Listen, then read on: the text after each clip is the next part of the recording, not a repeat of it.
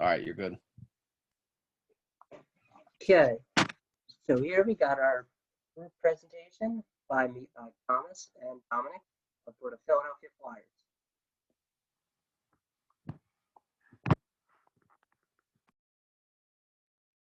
Philadelphia Flyers are an organization that participates in the National Hockey League, and they play at the Wells Fargo Center. They were established in 1967 by Ed Snyder, where he owned it until 2016. But in April of 2016, he passed away, and his last 24% of the company was sold to his partner, Comcast Spectrum, which he helped create in around 1997. They are a for-profit company, meaning that they plan to make money by selling a product or service, mainly tickets, concessions, and merchandise.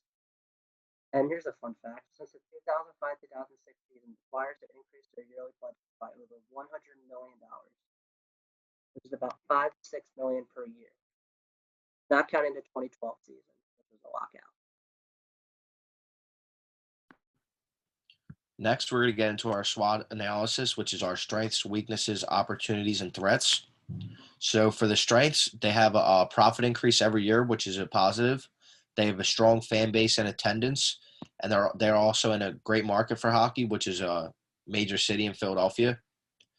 For the weakness, the Flyers have a high fan cost index, which is it's more expensive for them to go to a Flyers game and feed themselves and feed their kids than it would be to go to like a Florida Panthers game because the Flyers are more popular. And then another weakness would be that they don't have a strong front office. So maybe a couple hires, it'll become stronger, one of the best in the league. They also have many opportunities because they're in a big city, so they can find a bunch of partners and sponsorships. And they're also creating a more efficient way to have fans at the game during the pandemic. The main threat with the Flyers right now is the revenue loss due to the pandemic, but a lot of other teams are dealing with it, so it's not really a main concern for me.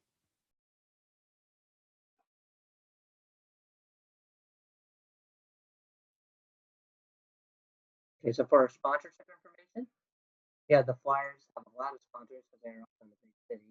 And their major sponsors are Filet, Comcast Sports, Toyota, Kia, Pizza Watson, Dunkin' Donuts, Wells Fargo, and many more. Flyers also sponsor the Flyers Watch Carnival, which takes place every year for charity. Started in 1974 and has been giving tons of millions of dollars to charity every single year.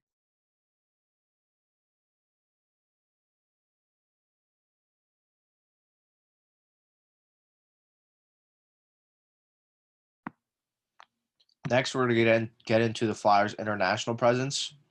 So although the Flyers do not specifically have an international presence, the NHL does a good job to connect them to other countries. For example, every season starts off with the Global Series, which two teams go to a European country and play NHL games that count towards the standings. So, for example, at the start of the past season, the Flyers played the Blackhawks in Prague, Czech Republic, which happens to be Jacob Voracek's hometown.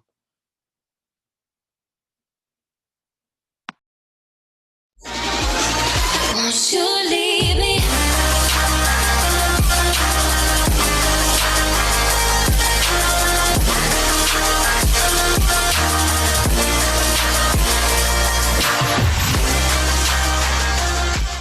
We played just over 6 minutes. No score. Here's a steal. Travis Konecny with the shot. He scores! Travis Konecny gets the first goal of the 2019-2020 season. Beats Crawford Clean, and it's 1-0 Philadelphia. Nylander carried on. Nylander shooting. He scores! Alex Nylander. His first game as a Blackhawk. Snaps one through. 20 seconds left in the power play. Konecny all the way across. Shot. Nice. Hit the post. It looked like it was in. They get the rebound, and it is in. We'll have to wait and see which one ends up being the goal because the sound was kind of weird on that post. On to Konecny right up the middle. Dangles into the backhand and scores! A beauty from Konecny. He's already got 2. And the Flyers lead 3-1 as they score 4-on-4. Taking a look, slipped in front to bring it, he scores! Patrick Kane patiently waiting to bring it, got open in front of Now Gilbert held in Provorov. Back of the goal, Lindblom. After for connecting. He's centered a quick shot. Couturier. Whoa, an acrobatic save by Crawford with his right pad. Raffle carries on. Raffle kicks it out of his skates around. Got it in front. He scores! Michael Raffle has been strong all day long. Ricochets that one home. 6 attackers out there for the Hawks. Here's Kane. A wrist shot. He scores!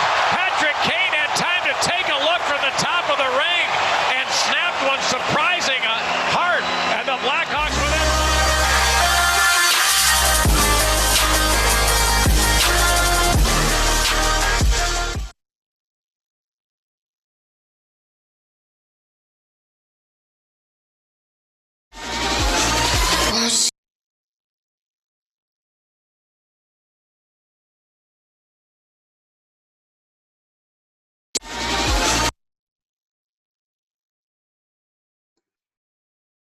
Okay, first up for the broadcasting information, we have the Flyers have TV broadcasting deals with Xfinity, NBC Sports, and NBCSN.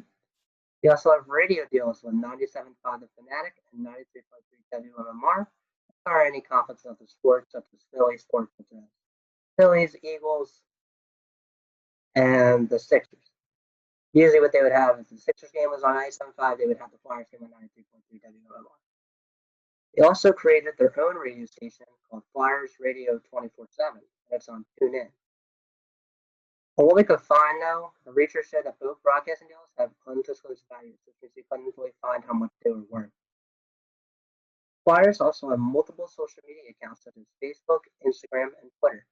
They have 1.1 million followers on Facebook, 640,000 followers on Instagram, and 1.5 million followers on Twitter, which is actually one of the highest in the league.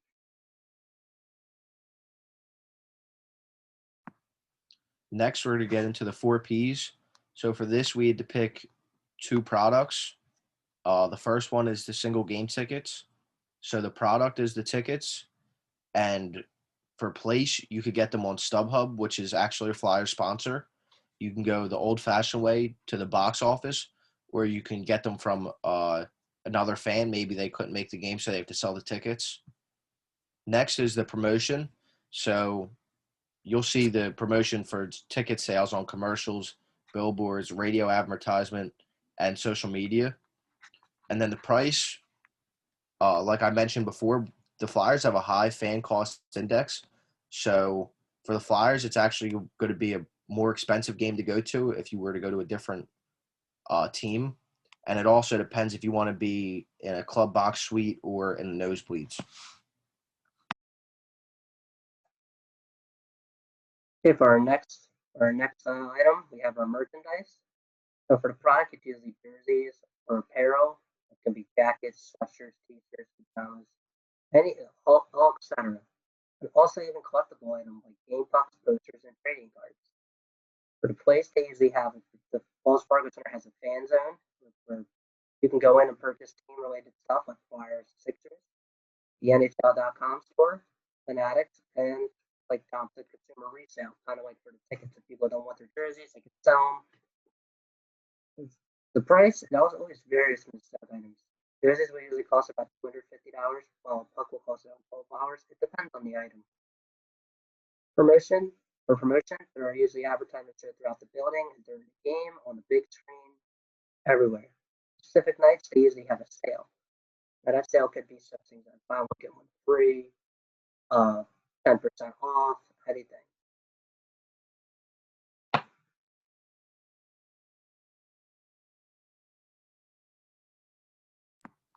Next, I'm going to get into the financial information. So the Philadelphia Flyers estimate about $825 million for total value.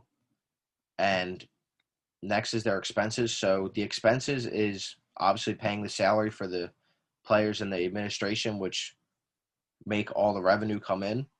They also have to take an account for how much it costs to run a stadium during a game. So people to clean up, people to run the concessions, people to check tickets. So there's a lot of jobs that they have to deal with. Also, they have to deal with paying for insurance for the stadium in case anyone gets injured at the game. And then next is the Flyers revenue, which consists of season ticket holders, season ticket purchase, and selling merchandise. Okay, so for our recommendations, the one thing that the Flyers could do to improve their near future is by expanding the scouting team, which could result in more generational talent. More fans will buy tickets to the game.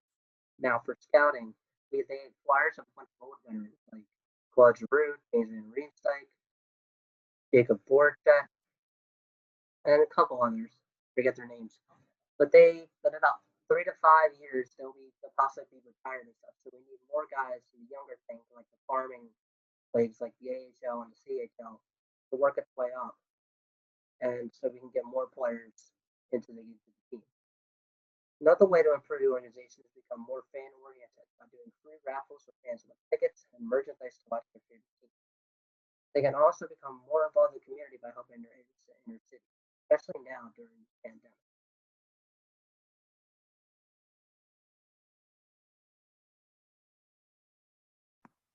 Finally, the conclusion of our group project. The Philadelphia Flyers are an NHL established team in 1967. They've grown in revenue over the past 15 years, which is a positive sign. They have a strong fan base and strong coaching. They're also in a large market city, which provides more opportunity with business partners. And finally, with their good surroundings and opportunities, the Flyers are in good shape to succeed over the next 5 years. Okay, and that's about it. Hope you guys enjoyed this presentation and have a nice day.